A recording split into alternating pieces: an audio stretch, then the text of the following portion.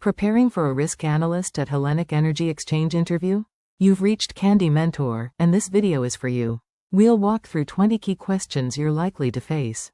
For each question you'll see a sample answer followed by the key points to cover. Subscribe, like, and share, and drop a topic request in the comments. Question 1. What are the main risks faced by an energy exchange such as HEnEx? An energy exchange faces interconnected risks rather than one isolated exposure. Market risk comes from volatile prices and positions. Credit risk arises if a participant cannot meet obligations. Liquidity risk affects collateral and settlement. Operational, cyber, legal, and regulatory risks can also disrupt trading. I would assess each risk by probability, impact, speed of escalation, and available controls. At HEnEx, strong monitoring, margining, collateral management, default procedures, and incident escalation would be central to resilience. While answering, distinguish market, credit, liquidity, operational, cyber, legal, settlement, and regulatory risks. Then explain how exchange controls protect market integrity and ensure obligations are completed. Question 2. How would you explain the difference between market risk and credit risk in an energy market? Market risk is the potential loss caused by adverse movements in electricity, gas, or related prices. Credit risk is the loss that occurs when a participant fails to pay or deliver after exposure has arisen. For example, a price spike can increase a participant's obligation, creating market exposure first and credit exposure if that participant defaults. I would monitor both through valuation, limits, collateral, payment behavior, and stress testing rather than treating them independently. Make sure to cover price-driven exposure versus counterparty default exposure, mark-to-market valuation, replacement cost, collateral, netting, stress scenarios, and why both risks can increase simultaneously. Question 3. How would you calculate a participant's current exposure? I would begin with the participant's trades and delivery obligations, value open positions using approved market prices, and calculate gross receivables and payables. Then I would apply legally enforceable netting and subtract eligible collateral or margin. Current exposure reflects today's replacement or settlement amount, while potential future exposure captures plausible adverse movements before closeout. I would reconcile the result to the trading, clearing, and settlement systems, investigate breaks, and document all assumptions.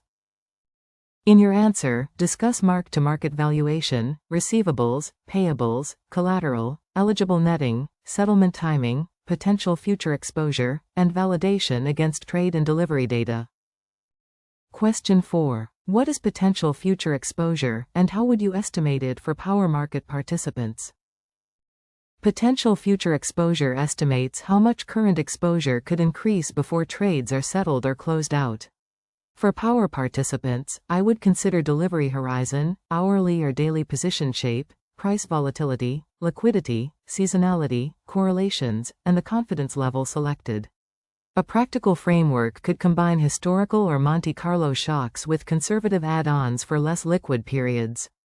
I would backtest the methodology, review breaches, and recalibrate when market structure or volatility changes. Be sure to mention exposure horizons, volatility, position profiles, confidence levels, liquidity, correlations, seasonality, add-ons, and the difference between model-based estimates and conservative stress measures. Question 5. How do margin requirements reduce risk in an energy exchange? Margin creates financial protection before a participant's obligations become unrecoverable. Initial margin covers potential adverse moves during the closeout period, while variation margin transfers mark-to-market gains and losses regularly. If prices move sharply, intraday calls may be needed. I would also examine collateral quality, haircuts, concentration, liquidity, and legal enforceability. Effective margining is dynamic. It should reflect volatility, position concentration, delivery horizons, and stress scenarios, not merely average historical conditions. While answering, explain initial margin, variation margin, mark-to-market losses, collateral eligibility, intraday calls, concentration risk, and why margin must remain adequate during stressed price movements. Question 6. What would you do if a participant failed to meet a collateral call? First, I would verify the call, payment status, deadline, valuation inputs, and whether a technical issue caused the shortfall. If the call remained unpaid, I would escalate immediately under the documented default framework, notify relevant clearing and risk stakeholders, and consider trading or position restrictions. I would assess current and potential exposure, available collateral, and contagion risk. Every action, communication, and decision would be time-stamped and documented for governance and possible closeout. Make sure to cover immediate verification, escalation, trading restrictions, default procedures, available collateral, communication, documentation, and coordination with clearing, settlement, legal, and risk management teams. Question 7. How would you perform a stress test for an electricity market portfolio? I would design scenarios around both price and delivery structure. Examples include a severe regional price spike, negative prices, simultaneous volatility across hours, reduced liquidity, and a participant default during stressed conditions. I would revalue positions, collateral, margin requirements, and settlement obligations under each scenario. I would also test correlation breakdowns and delayed liquidation. The output should identify vulnerable participants, loss absorption capacity, limit breaches, and practical actions such as additional collateral or position reduction. In your answer, discuss historical shocks, hypothetical price spikes, negative prices, volume and shape risk, correlation breakdowns, participant default, liquidity assumptions, and management actions. Question 8. How would you identify concentration risk among market participants? I would measure concentration by participant, product, delivery hour, market area, maturity, and common risk factor. A participant may appear diversified by trade count but still be heavily exposed to one delivery period or price zone. I would compare gross and net exposures with approved thresholds, review collateral concentration, and assess correlated counterparties or guarantors. Breaches would trigger investigation and escalation, while limits should be calibrated using stress losses rather than relying only on normal period averages. Be sure to mention exposure by participant, product, delivery period, geography, technology, collateral provider, and common factor, together with thresholds, limit monitoring, and escalation. Question 9. What is liquidity risk in an energy exchange, and how would you monitor it? Liquidity risk is the possibility that the exchange or a participant cannot meet cash obligations when due, even if assets exceed liabilities. I would monitor settlement calendars, expected inflows and outflows, margin calls, collateral availability, market depth, and time required to liquidate positions. Stress testing should include price spikes, delayed receipts, reduced liquidity, and multiple defaults. Early warning indicators, committed liquidity resources, escalation thresholds, and clear treasury coordination are essential. Focus on cash flow timing, collateral calls, settlement obligations, market depth, liquidation capacity, committed resources, intraday liquidity, and stress scenarios involving simultaneous participant failures. Question 10. How would you investigate an unusual price movement in the power market? I would first validate the price, timestamps, trades, orders, and system feeds to exclude a data or process error. Then I would examine demand, generation mix, renewable output, outages, cross-border capacity, fuel prices, weather, and order book dynamics. I would compare the move with related markets and participant behavior. If the movement appeared inconsistent with fundamentals or suggested manipulation, I would preserve evidence and escalate through the appropriate surveillance and regulatory channels. In your answer, cover data validation, fundamental drivers, order book behavior, outages, demand, renewable generation, cross-border flows, participant activity, and escalation under market abuse procedures. Question 11. Which risk metrics would you use for an energy trading portfolio? I would use several complementary metrics because no single measure captures energy risk adequately. Core measures include mark-to-market exposure, potential future exposure, expected shortfall, stress loss, volatility, sensitivities, concentration, liquidity horizons, and collateral coverage. VAR can summarize ordinary conditions, but it may underestimate spikes, seasonality, and tail dependence. I would therefore emphasize stress testing and scenario analysis, supported by limit monitoring and exception reporting that management can act on promptly. While answering, discuss current exposure, potential future exposure, VAR limitations, expected shortfall, stress loss, volatility, liquidity metrics, concentration, sensitivities, and limit breaches. Question 12. What are the limitations of value at risk in energy markets?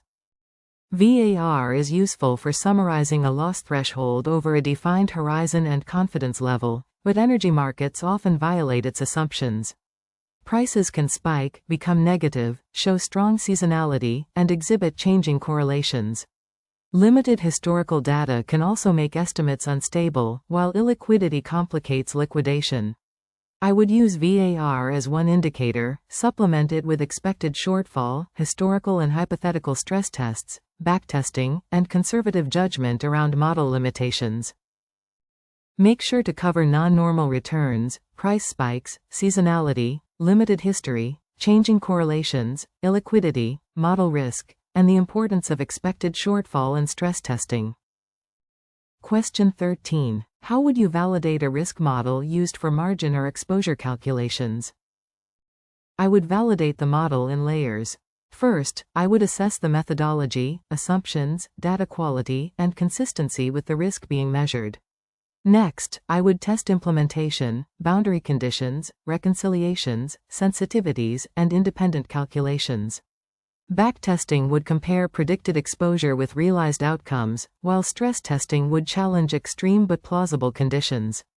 I would benchmark alternatives, document limitations, obtain independent review, and ensure model changes follow formal approval and version control. Be sure to mention conceptual soundness, data quality, implementation testing, backtesting, sensitivity analysis, stress testing, benchmarking, independent review, documentation, and model change governance. Question 14. How would you manage data quality issues in risk reporting? I would treat data quality as a control problem, not merely a reporting inconvenience. I would reconcile trade, position, price, collateral, and settlement data to source systems, checking completeness, duplicates, stale values, timestamps, and unusual movements. Exceptions should be categorized by materiality and assigned to clear owners. If a report is materially affected, I would escalate promptly, use a controlled fallback where appropriate, disclose limitations, and record root cause and remediation. Focus on source system reconciliation, completeness, accuracy, timeliness, duplicate detection, stale prices, exception queues, materiality, ownership, and a documented escalation process. Question 15. What operational risks are particularly important for an energy exchange? Critical operational risks include trading or clearing system outages, incorrect trade capture, pricing feed failures, settlement errors, cyber attacks, unauthorized access, and dependence on vendors or infrastructure providers. I would assess preventive controls, reconciliations, segregation of duties, access reviews, incident response, business continuity, and disaster recovery testing. Resilience also requires clear communication with participants and authorities. After an incident, I would support root cause analysis, quantify financial impact, and track corrective actions to closure. In your answer, discuss system outages, incorrect trade capture, settlement errors, cyber incidents, access controls, third-party dependencies, business continuity, disaster recovery, and incident communication. Question 16. How would you assess counterparty creditworthiness before approving a market participant? I would review audited financial statements, liquidity, leverage, profitability, ownership, regulatory standing, business model, trading strategy, and relevant external information. For energy participants, I would also assess physical delivery obligations, dependence on volatile revenues, parent guarantees, collateral arrangements, and concentration. Approval should produce a risk rating, limits, margin terms, and monitoring frequency. Credit assessment is ongoing. worsening liquidity, missed payments, or rapidly expanding positions should trigger reassessment before a formal default occurs. Make sure to cover financial strength, liquidity, leverage, ownership, regulatory status, trading strategy, guarantees, collateral, external information, limits, and ongoing monitoring after onboarding. Question 17. How do you distinguish a hedge from speculative trading when reviewing participant activity? I would not classify a position solely from a participant's stated intention. I would examine the underlying physical or financial exposure, direction, volume, maturity, location, and relationship between the hedge and the risk being managed. A generator selling forward power may be hedging revenue, while a similar trade without an underlying exposure may be speculative. Both can create market and credit risk, so I would focus on measurable exposure, liquidity, concentration, and behavior. While answering, explain economic purpose, underlying exposure, position direction, maturity matching, hedge effectiveness, documentation, and why intent alone is insufficient for risk assessment. Question 18. How would you respond to a limit breach discovered in daily monitoring? I would validate the breach first, checking positions, prices, collateral, timing, and whether the limit was calculated correctly. If confirmed, I would assess materiality and immediate exposure, notify the responsible risk and business owners, and apply the documented escalation or containment process. I would identify whether the cause was trading activity, market movement, data error, or an outdated limit. Finally, I would document the decision, remediation, approval of any temporary exception, and preventive action. Be sure to mention validation, materiality, immediate containment, notification, root cause analysis, remediation, temporary overrides, documentation, and preventing recurrence through limit or process improvements. Question 19. How do EU energy market regulations affect the work of a risk analyst? EU regulation makes risk management inseparable from market integrity and operational control. Depending on the activity, frameworks such as REMIT, EMIR, MiFID-related requirements, and applicable clearing rules influence reporting, transparency, collateral, conduct monitoring, and record retention. As an analyst, I would understand the control objective, maintain reliable data and audit trails, investigate exceptions, and escalate suspicious or non-compliant activity. I would coordinate with compliance, legal, clearing, and technology teams rather than interpreting requirements in isolation. In your answer, connect risk work with market integrity, transaction reporting, transparency, clearing, collateral, conduct surveillance, record retention, and coordination with compliance and regulatory stakeholders. Question 20. Why do you want to work as a risk analyst at Hellenic Energy Exchange? I am attracted to HEnEx because risk analysis there connects quantitative work with the reliability of real energy markets. The role would let me analyze prices, positions, collateral, counterparties, and operational controls while supporting transparent and resilient market infrastructure in Greece and the wider region. I bring disciplined analytical thinking, strong Excel and data skills, attention to detail, and calm escalation under pressure. I am also motivated to deepen my understanding of power market mechanics and regulation. Focus on the exchange's role in Greek and regional energy markets, the combination of quantitative analysis and market infrastructure, public interest resilience, continuous learning, and your relevant technical and communication strengths. If you are still with us, congratulations, you are much ahead of the rest and serious about preparing for your interview. We hope we were able to add value to your preparation and create some helpful content. Do not forget to like and share this video. Your small act can do great things for us.